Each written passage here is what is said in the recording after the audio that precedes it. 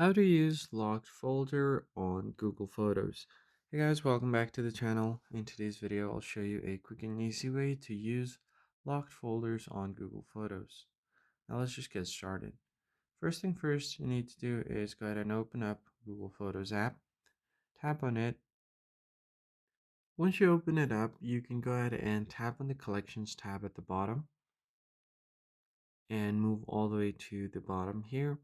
You can find screenshots, videos, recently added, archives, and then there is the locked folder. Once I tap on it, the screen is going to go black. So I'll just quickly show you guys how you can set it up. So if I tap on it, the screen will go black because of privacy reasons, and you'll be asked to set up a pin. Then if there is nothing on your secure folder here, once you set up your pin, just tap on move items and you should be able to add pictures to your locked folder. Once you select your pictures, tap on move and you're good to go. Tap and continue and then tap and move.